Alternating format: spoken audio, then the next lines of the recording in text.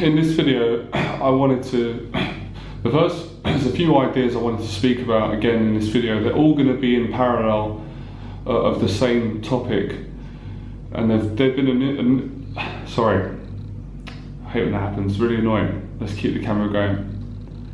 I used to get really embarrassed when that used to happen to me years ago. It's not a big deal anymore. That's a nervous tick. I've been getting a lot of questions from students lately.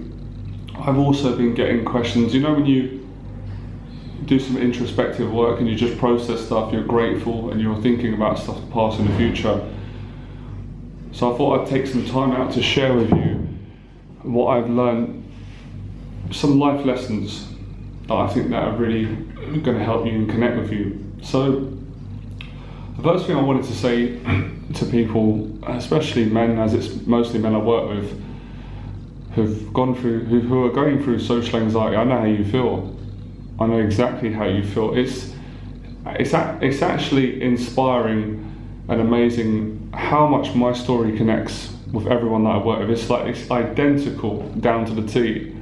It's as if and I don't mean this in an arrogant way, it's like I'm coaching my old self, which is why I'm able to help people make a big difference to their life. It's like I'm helping my old self.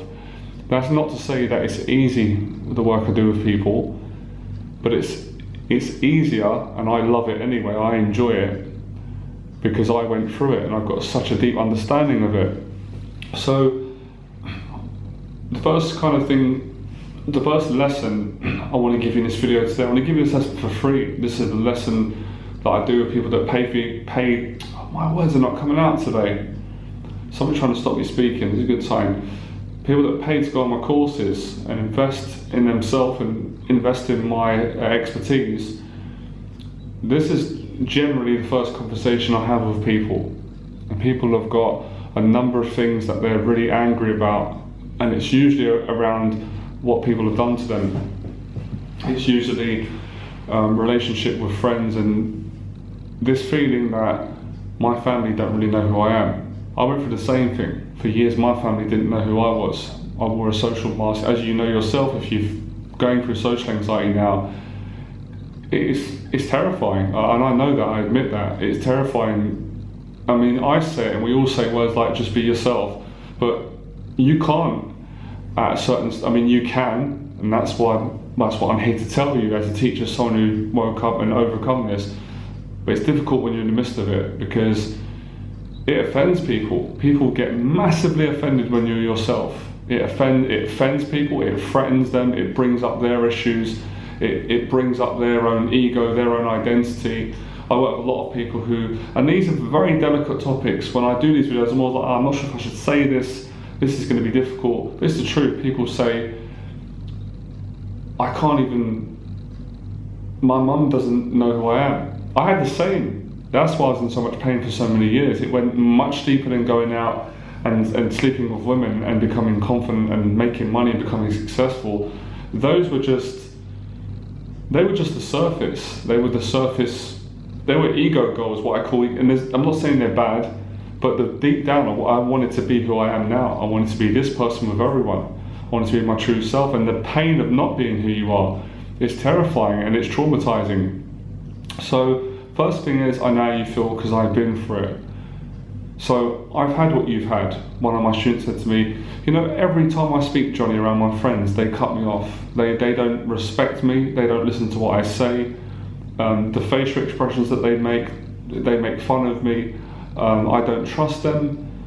I don't even know if I can like them. I know how that feels. These are all very uncomfortable things to speak about, but this is the reality of social anxiety disorder.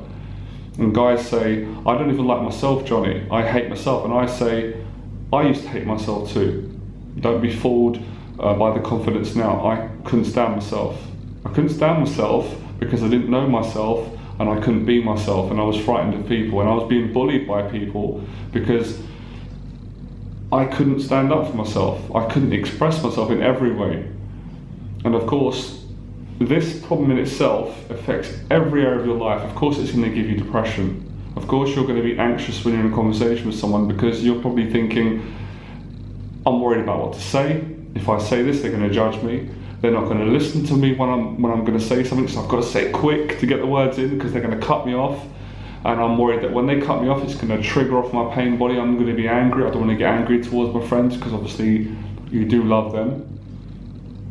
I've had it. I'm not going to deny it. I've been full of hate. I hated everyone at a certain stage, because I thought everyone hated me. I genuinely believe people hated me. I didn't trust. It was hard to trust.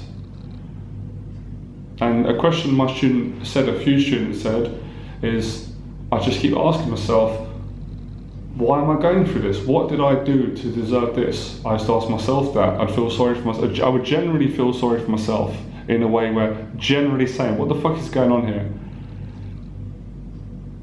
The same thing that a lot of guys have said to me that have had an abusive father. Why did my dad do this to me? I had it. Why is it my dad gives me dirty looks? Why is he jealous of me? Why does he hate me? Why is he bullying me? Why can't I be myself around him? Why, when he comes in the room, I'm frightened, I can't even speak. I'm paralyzed at the mouth. And everything he says I have to agree with to keep him happy, to keep the family happy. Otherwise, there's an unconscious fear of being abandoned. It's extreme. And then that fear, that relationship with dad or mum or whoever traumatized you plays out in every social interaction. When you go into Starbucks, it's not the guy in Starbucks serving you coffee. To everyone else it is, but to you it's, you're seeing your dad, you're seeing your mum, the person who abused you. You are literally in that scenario, and they actually behave, it's mad, but they behave like your dad. They actually look at you in the same way, because it's a projected fear. And it was only when, I've said it before, when I watched my mentor's videos, his story was very similar to mine, when he said, fears and insecurities are projections of our own insecurities that we project out into the world. And of course I didn't know that at the time. And one of my students said, I'm suffering and this is real. I'm in pain. It's painful talking to people. I've got to keep hiding. I'm people pleasing. I did all of it. I understand. I understand, and I understand the dirtiness and the filthiness of the addictions. I did all of it. I put my hands up. The prostitutes, the pornography, the cheating behind people's back, the talking bad about people, the hate, the anger, the jealousy when you see people do well. You can't feel happy for them. You're full of hate. Even if you want to intellectually, your emotions will not allow you to, and then you feel awful. Then you generally start, you start saying to yourself, am I a narcissist? Am I unlovable? Can I not love people? What is wrong with me? I know. I know the fear of when you can't speak in a conversation. You're frightened to say hello to someone, because if they say, hey, how you doing? You're just going to dry up and you can't speak. I've had it. I had it in so many social situations. You physically, and one of my students said a key thing, you're frightened that they are going to see you struggle. That was my biggest fear. It's this whole inner voice that people are going to catch me out. They are basically going to catch me out for struggling with social phobia. And it went a little bit deeper than that. They're going to abuse me because I've been abused before. And there's a part of me that's saying, and I'm very angry, and it made me violent at that time, obviously not anymore. If they try and come near me and do what my dad did to me, I'm going to kill them, because I can't have this happening to me again. I can't be beaten at, shouted at, cursed at. And of course it took me years to overcome this. Then when you speak to an attractive woman, again, she's a beautiful woman, but you're seeing your dad. You're seeing your dad in a beautiful woman, because even the way she responds to you is like your dad. She doesn't listen when you speak. She cuts you off. She looks at you funny. She makes you feel awkward. That is the projected fear. But it's us that does this. And I know what you're probably thinking. I did the same. You're probably saying, it's not my fucking fault. It's my dad's fault. My dad put this shit on me, or my mum.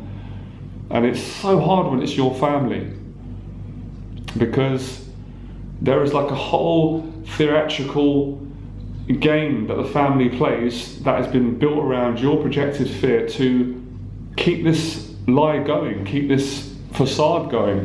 And deep down, you know, when you're with the family, it doesn't feel right, because it's not right, because people are not saying what they want to say. There is no connection. I used to sit in my house, I'm not joking, sit in my house and just think, I don't want to be in here. I don't feel safe in this place. I'm actually uncomfortable in my own house. And then I'd have periods where I'd think, I feel I can relax now because Dad's been nice to me. Dad's putting a DVD on. Mum's in a good mood. I feel a bit loved now. But then I was thinking, how long is this going to last for? Or is it going to last on a sorry my language, passion, is it going to fucking last on a Sunday or over a weekend or Christmas and it's back to normal again, back to the whole house full of anxiety and being dominated by Dad?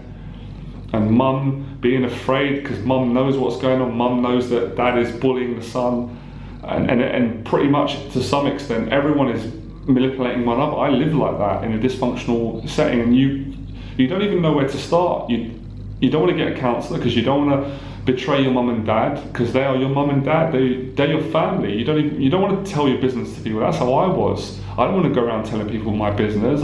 That made me furious for someone else to judge me, and maybe they're going to judge my family. Because if I say that, so it's very confused. Social anxiety, it was blackmailing me in every area. I wanted to tell my friends, but I thought, if I tell them, not so much they're going to judge me, but they're going to take advantage of me because they're going to see me as someone who is lacking in self-esteem. They might abuse that, and they did abuse that without me even telling them, because somewhere unconsciously. And my friends, the relationships with my friend was the same with my dad. It was one of bullying, manipulation, and actually, do you know how offensive it is as a human being when someone looks at you and stares at you with, like you're a piece of shit and doesn't even allow you to finish what you're saying? That is I went through that, and that's what caused me to have a lot of violence, because the violence and the fighting was me saying, this is my hate, this is my pain, my frustration for what my dad put on me, and for what my other relationships. And as I said before, I'm talking about people that you just meet for 5 seconds, and in your mind you're thinking, do they know that I've got social anxiety? Do they know that I used to get bullied by my dad? How do they know that I'm damaged? Why are they treating me like this? I went through all of this neurotic, paranoid storytelling. And then you start thinking, do people enjoy making me feel uncomfortable? My mind was everywhere. I was intimidated by confident people. Then you don't trust anyone, because of course it's hard, because when your trust has been broken by your mum or dad, it's almost impossible to trust other people in relationships. So you become dishonest. You don't become dishonest because you're a dishonest person. It's done out of fear. It's done out of escapism, because to be honest would be to actually admit to social anxiety.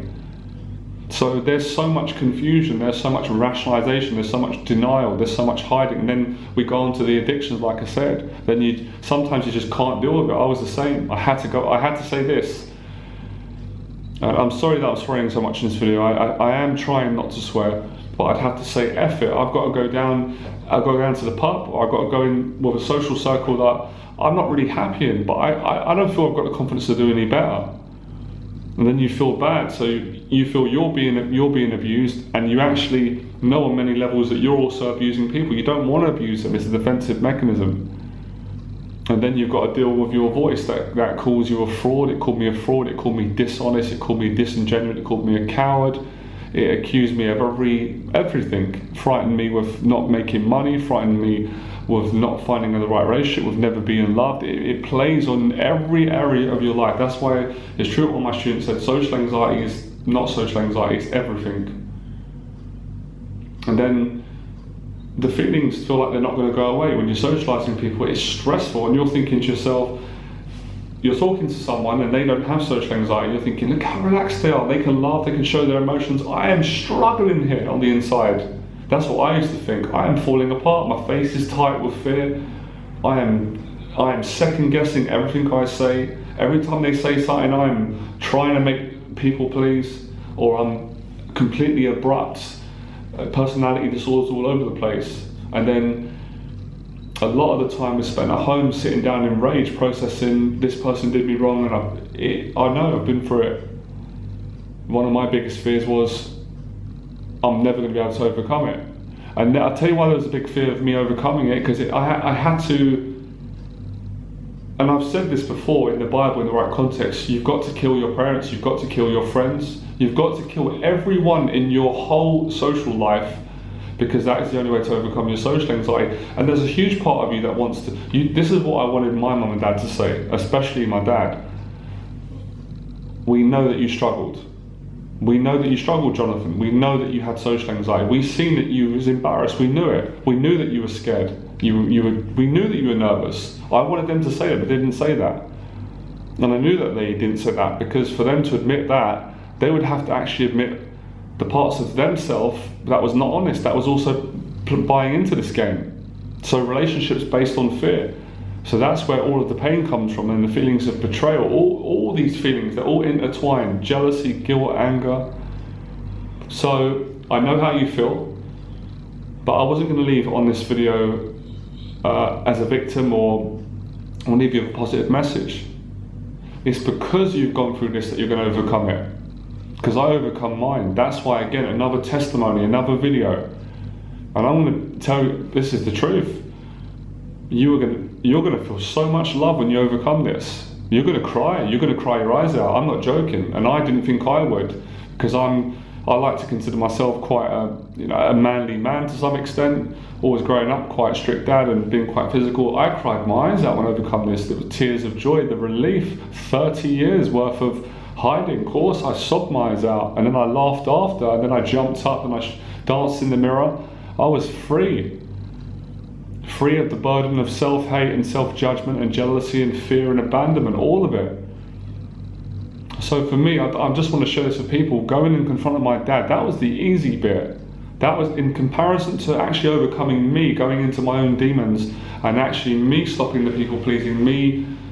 Basically, the biggest part of the suffering for me is like what my mentor Jeff said, was having to look at every part of me that was dishonest, violent, jealous, judgmental, people pleasing, sycophantic, needy. I had to look at all those parts and I had to change.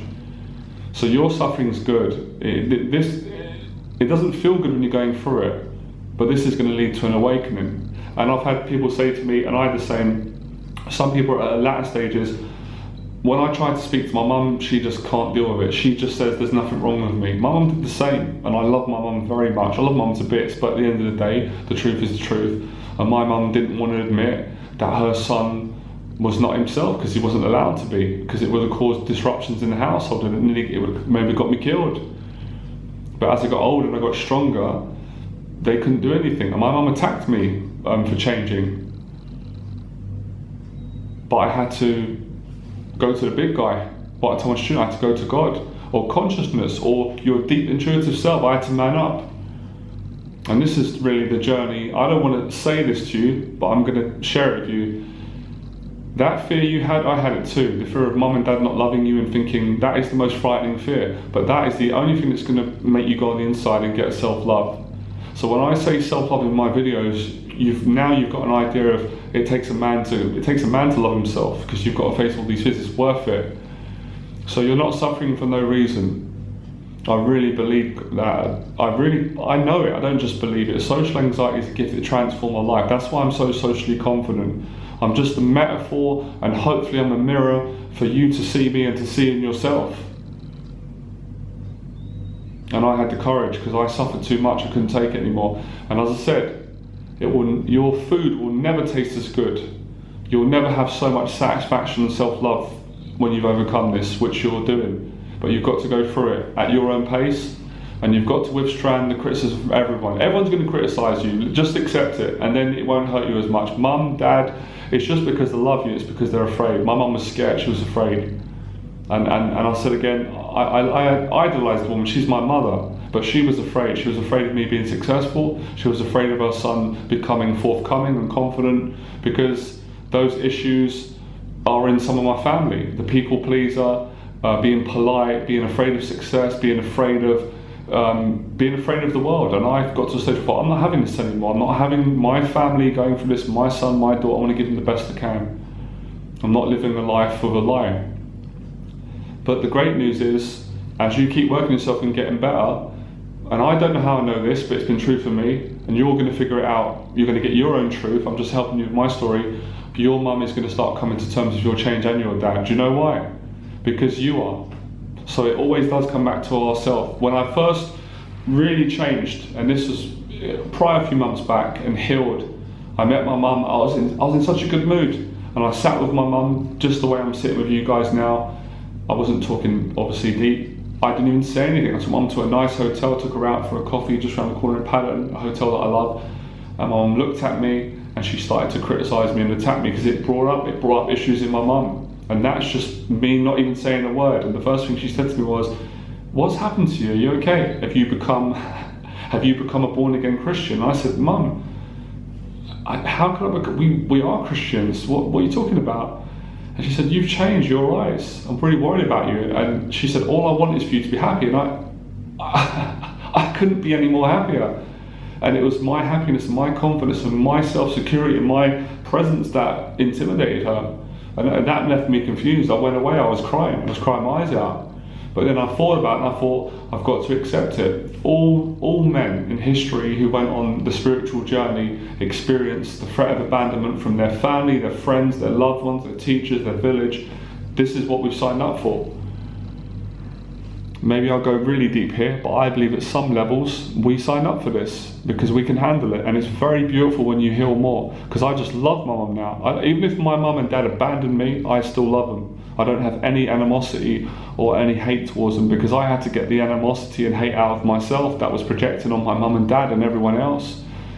And that's really what overcoming social anxiety means. And of course, and you can understand from their point of view, and I know that you're in pain because they are so used to being how you are and they love that person. So you changing to some extent massively threatens their identity.